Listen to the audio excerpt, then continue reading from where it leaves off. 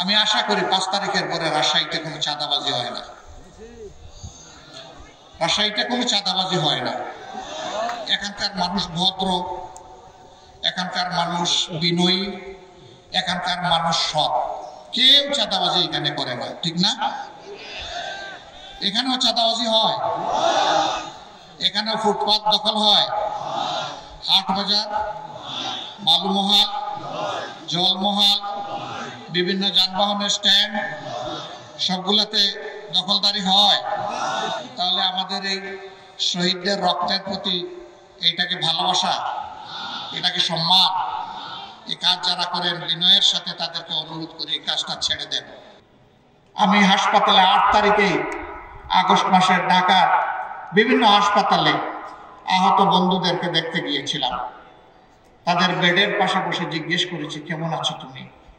বলে যে আলহামদুলিল্লাহ ভালো আছে। দরাজ গলায় বলে আলহামদুলিল্লাহ ভালো আছে। তোমার এক হাত নেই, এক পা নেই, কারো 2 পা নেই, তুমি ভালো আছো? বলে যে হ্যাঁ আলহামদুলিল্লাহ ভালো আছে।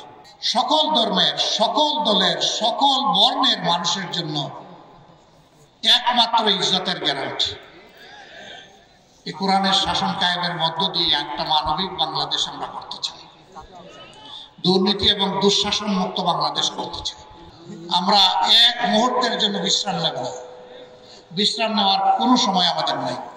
এই জীবন খুব ছোট, কাজ অনেক বড়। সেই কাজগুলো যেন সমাধান করতে পারে আল্লাহ যেন তৌফিক দান করেন। আল্লাহ তাআলা বাংলাদেশ থেকে সকল প্রকার অন্যায়, অবিচার, দুর্নীতি, দুঃশাসনের বিলোপ সাধন করে তার কোরআনী আইন এই দেশে আমাদেরকে দান করুন। আর সেই আইনের এক একজন কর্মী হিসাবে আল্লাহ তাআলা আমাদেরকে তৌফিক দিন এবং কবুল করুন।